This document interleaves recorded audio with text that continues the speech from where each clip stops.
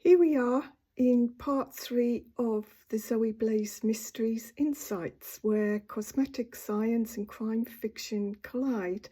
In this third part, we take a look at Zoe Blaise as a heroine and what makes her tick. So I'll see you at the other end and enjoy these insights, which I did voice over for you. Every mystery begins with a question. In Zoe Blaise's world, those questions are rarely about murder alone. They're about motive, meaning, and the truth hidden beneath the shimmer of the beauty industry. Zoe was never meant to be a typical heroine. She's not a detective by background, nor a scientist restricted to a laboratory. Instead, as a financial fraud investigator specializing in cosmetics and pharmaceuticals, she occupies a space between the two. A woman whose curiosity, compassion, and sharp analytical mind enable her to navigate the grey area between evidence and emotion skillfully. Before Zoe Blaise appeared on the page, she was a question in my mind. What if someone with both an investigator's rigour and a communicator's empathy started uncovering the secrets of the cosmetics world? I realised this during an observation meeting with a potential new customer, where I saw the conflict between the marketing and technical teams. That was when I decided Zoe needed to come to life. She began her career in the finance sector of the cosmetics industry and later worked as a consultant fraud analyst. Over the years, she decoded fraudulent practices, analysed marketing language, and scrutinised data. Witnessing how ideals of beauty often gave way to ambition instilled a quiet disillusionment in her and sharpened her instinct for detecting when the numbers don't add up. That's where her investigations start, with a detail that feels wrong, and then the murder of her friend and colleague. Unlike many fictional sleuths, Zoe doesn't rely on bravado or confrontation. Her strength is in perception, the ability to see connections that others miss, to hear what isn't spoken, and to ask the questions nobody wants to be asked.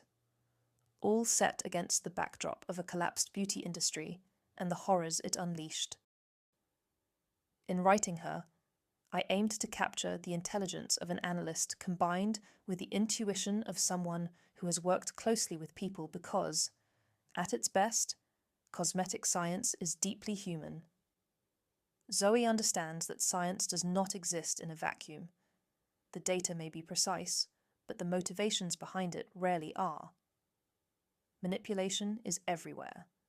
Every investigation she undertakes compels her to balance logic with empathy, the measurable with the meaningful.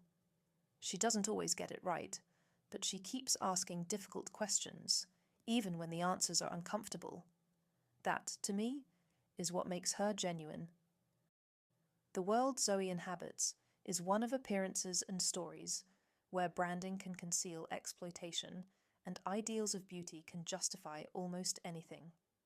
She understands that evidence can be manipulated just as easily as emotions can. Her moral compass is straightforward, though rarely easy to follow. If a person profits from beauty, they should do so honestly. And if lives are harmed in the pursuit of perfection, someone must be held accountable.